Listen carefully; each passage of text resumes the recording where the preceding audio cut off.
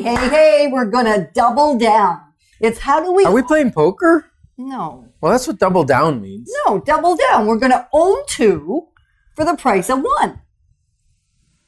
Huh? Yeah. Uh-huh. And you're going to explain it in just a minute, which is amazing. Ken is brilliant at the whole investment side of things. I'm pretty smart too. Ryan's brilliant. Candace is very good. Linda's very good, except you heard me say 2 of them are brilliant. Because from the time they came out of the womb, they were thinking investment strategies. They were figuring out how to work with numbers and money, and it makes a difference. So they've been able to help not only their own families, they've been able to help hundreds of clients make really, really great investment choices and decisions, and therefore build wealth, actually, even while people are sleeping. It's kind of neat, right? And numbers are fun. Numbers are fun. When they're on the right side of the balance sheet. Right. When they are in the black. Yes. Yes. And when they're green. Yes. So come on, that was pretty good. Yes. And so this is the Inside Track on Real Estate with the Decker team, and I'm Yetta Decker. And I'm Ken Decker. And today you're going to learn some strategies around how to make your money really work effectively for you in relation to owning a couple of properties. Right. Right? Mm-hmm. So why would we want to own properties? Well, because they appreciate. They go up in value over time. Yeah. How much on average in the Ottawa market? 5%. Yeah. Either side of 5% over the long haul. Sometimes it's 4, sometimes it's 6. Sometimes it's a little bit more, sometimes it's a little bit less. And yet if you average it over about a 50-year period, you're looking at about 5% year over year. 50 years? Yep. Wow. Woohoo! Did you start checking those stats when you were 5? No. Did I just give away your age? Oops. Yes, you did. And yet, you know what? Ken's 55 as well. So you know what? There's no shame in being 55. What we've been working on lately is having nothing to protect, nothing to defend, and nothing to prove. That's right. So I have nothing to prove. And yes, I'm 55, just like you are. And I get to sleep with a grandmother. And I have to sleep with a grandfather. So I don't even know what that's all about. Anyway. It's one-upmanship. Oh my goodness. Okay. So we'll let him win because it makes him feel good. Absolutely. Absolutely. So Ken, you win. You're the oldest. Perfect. So owning 2 for the price of 1. Why double down? Well, because the average, if you want to be specific, is actually 4.8% year over year over an extended period of time. Mm-hmm. So 5% is a pretty good average. I'm more of a generalist. Ken's more of a specific detail kind of guy. So 4.8 if you want to have a little more accuracy. Yeah. So most people who buy a home and live in that home for their lifetime, like we've sold some homes for people that are moving into another residence or moving on to another world, another dimension or whatever we want to call it. And typically there's 400,000 or so equity in one of those small bungalows that somebody might have bought, 40 years ago, and paid like $20,000 for it. So there's about $380,000 it's gone up.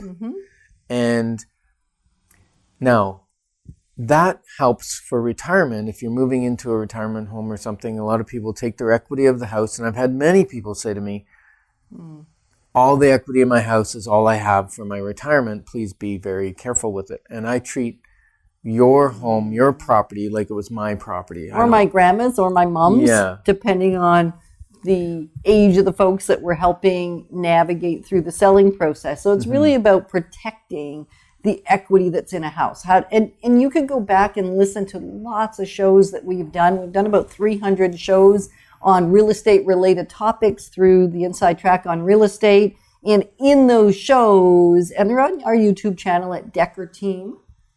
Decker Team. Yeah, Decker Team YouTube channel. How hard is that? I want to add something to the end. But no, it's just YouTube/Decker Team. There you go. Easy. And in those shows, there's lots of them that talk about how to make sure you're going to get the most money for the home that you're living in or the home that you own that is an investment property. So that when you go to sell it, what are the things you can do to increase the value? So you can go and find that information. And if you want to get specifics in relation to your home after watching a few of those shows, then you could also call us and we'll give you an itemized list based on your specific home rather than general guidelines. So in relation to the one that we're talking about here, it's really about how do you leverage the money that you have in your home. Yeah, and before we even go there, No, I'm too early. I'd just like to know why. Why? Why do it? Because you might be asking that. Why would I want to do this? Okay, so because it sounds risky. And that's the first thing people say to me. Yes. They're kind of afraid.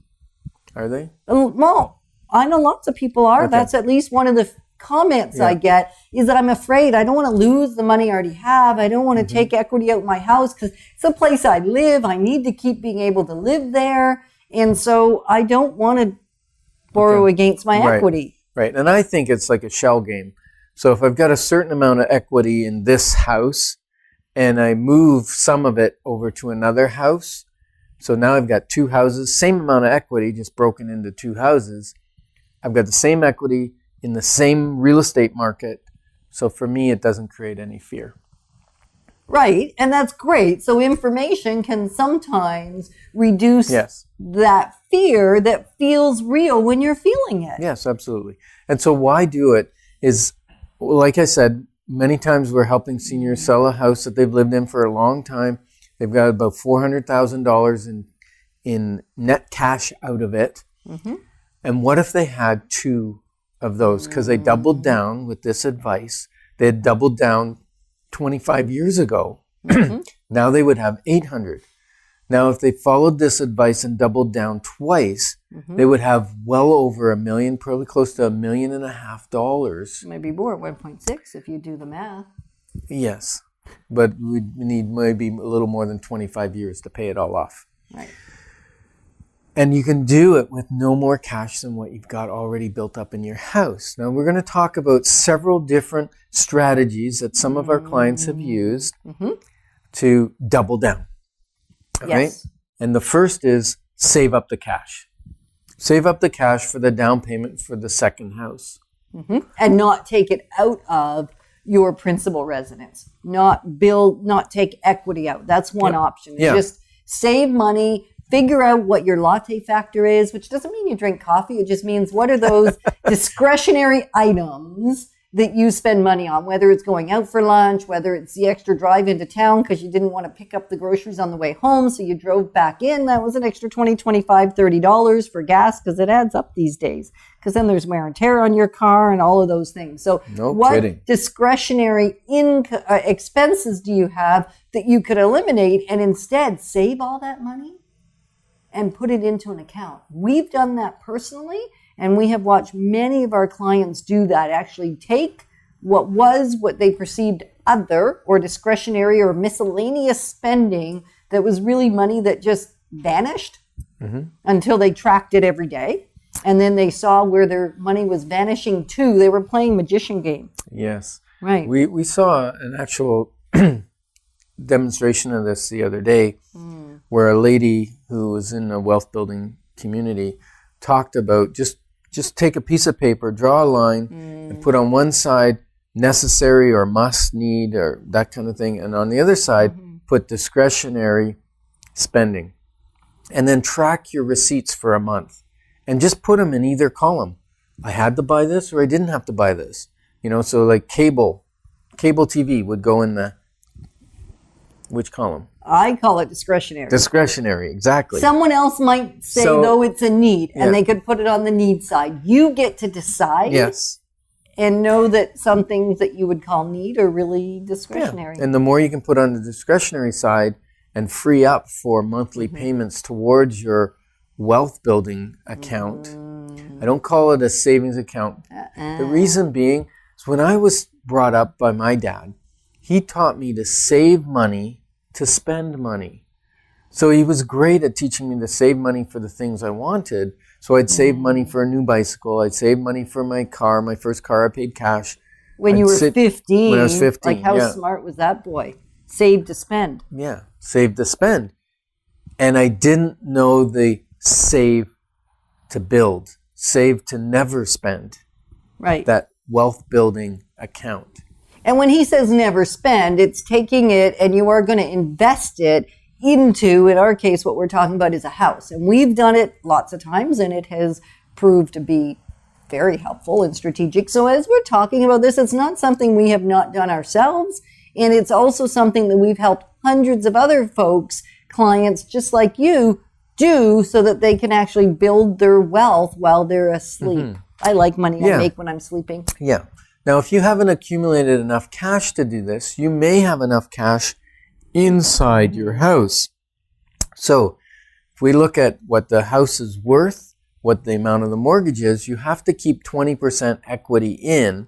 But if you can take out enough money by remortgaging or getting a line of credit, take that money and put your down payment on your investment property, that's leveraging your house to buy an investment property. You still have to keep minimum 20% in both houses. Yeah. Right. So But a lot of time people are the equity in their, they've got a $600,000 or $700,000 house. And so 20% in there is more money than the 20% they need to put in a little townhouse or something. Right, exactly. Yeah. So, and we can help you with the math. Like, if this is a little bit intense, because Ken gets kind of detail oriented. So if you're finding it a little intense, just breathe and then pick up the phone. And then we'll do a one-on-one consultation. We've got some room. Yes, we have room for 10 people right now in our free mentorship investing program. Now, it's free, and what that means is we do a free consultation. We help you find the right house. We negotiate on your behalf to buy it. Then we help you find a tenant. There is a cost for us finding the tenant if you want us to do that service, or you can find the tenant. And we'll give you the tips and strategies on how to do it. So most of our clients find that that's a lot of fun because they also want to have a conversation with that tenant. So it's kind of nice to have a little bit of hands-on. And we'll teach you how to get a credit check on those people, how to do the reference checks on those people, and basically what things you should maintain in your property. So we walk alongside you on this wealth building journey because we've done it, and we would have loved to have somebody with our experience walk beside us. Oh, would have been so good. We made so many mistakes. And so what we can assure you is that all the mistakes we've made, you don't need to make. And you won't make because we've now created an entire process and strategy around how to avoid all of those pitfalls and mistakes. All of them. Yes. So here's another opportunity, and this is one that actually our son Ryan did, was he bought a property with 20% down. When he was 20? When he was 20, a little help from his parents. But he bought a house, put students in it. He lived in it as well while he was going to college. Yep. And then when it was time to move on, he held on to that and then bought another property, but not taking money out of that house because he was able to buy with 5% down because it was his principal residence that he was going to move into. So he was able to save that money fairly quickly and buy another property. When he got married and had kids, he decided he didn't want to live with all the students anymore. Exactly. Right. And the beauty is he didn't have to take equity or didn't have equity to take out of the house. But because he's buying a personal residence, he could buy it at a lower cost. So that's kind of neat too. Sometimes keeping the one you have without pulling equity out and just buying another one with minimal down payment. Now, as a matter of fact, he did what one of the other doubling down strategies is, and that is you buy a duplex or a triplex and you live in one part of it. You can buy it for as little as 5% down, rent out the other unit or two, and pretty much it should cover your mortgage. Right, and you kind of live almost free. Almost. You might have to pay a little bit of taxes and insurance, which you're going to have to pay anyways. But so you can almost live rent-free with that strategy. So that's a great way. And that's what he did with his second home, bought a duplex, which he was able to convert to a triplex. Right. And very, very smart move on his behalf. I think he's a chip off the old block. Oh my goodness. I think it's this block, not that block, right? Blocks. You giving me maybe a chip off the votes blocks. or Ken? Yeah. Blocks. Blocks? Okay. Yeah. We'll say that he borrowed some strategy from both of us. Yes. And he did go to school for business and investment and finance. So he also did. And that was the best part. He's not going to love that I'm sharing this. And I think it's kind of fun. And he knows I share this. When he came to school or went to school, he came home and told us that we really didn't get any of it. We didn't understand. And then after a little more time, he realized we actually understood a whole lot. Yeah. And some of what he was being taught really wasn't as effective as he initially thought it was. Yes. When he saw it play out in the real world. Mm-hmm. So another method is to buy and improve the property that you have and then move. Right. And now you might move to upgrade the house. You're buying a more expensive house each time as you move up. Mm-hmm. Not a huge wealth building strategy, but it is an equity growth strategy. Right. So that you can build some equity to be in a bigger home or a more expensive home or a better area, and then take some equity out of that later, which is what Candace and Sasha did, right? And then other clients of ours did something similar, Harold and Linda, which were just on a show that you absolutely want to watch because they were brilliant, amazing, and did just really smart. I mean, when we first met them, they were at the point of barely qualifying for the first mortgage on the house that we were helping them buy. They'd come out of a totally different market and into the Ottawa market, which was a higher price market. And it was just a real challenge for them to get in. And then they also had some debt. So you add all that stuff together and it makes life tough. Within a few years, they were able to do some improvements on that house, buy another home that allowed them to do some improvements, some sweat equity, build enough equity that when they sold it, they could buy one to live in and one to invest.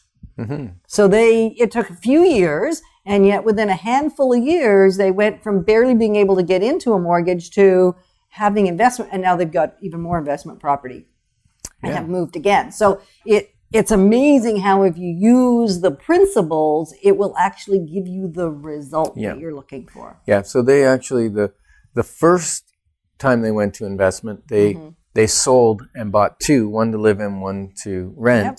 And then the next time they did it, they kept the one they were in, rented it, and bought another one for themselves that met their needs better. Yeah. So now they're up to 3 properties. Yeah. They're getting this doubling down, and it's only been about 10 years. About 10 years? Yeah. So that sounds like a long time, 10 years. But guess what? In 10 years, you're going to be the same age as you would be if you didn't do this or you did do this program. You're just going to have a whole lot more equity. Right. And you're building money for the future that you then don't have to work for. Mm-hmm. So it's kind of cool. Yep. We have another client, which their show aired on November 24th. Yep. And what they've done is they were able to sell their bigger home, buy a smaller home so they could clean up their finances. And then they've bought several other investment properties that create cash flow.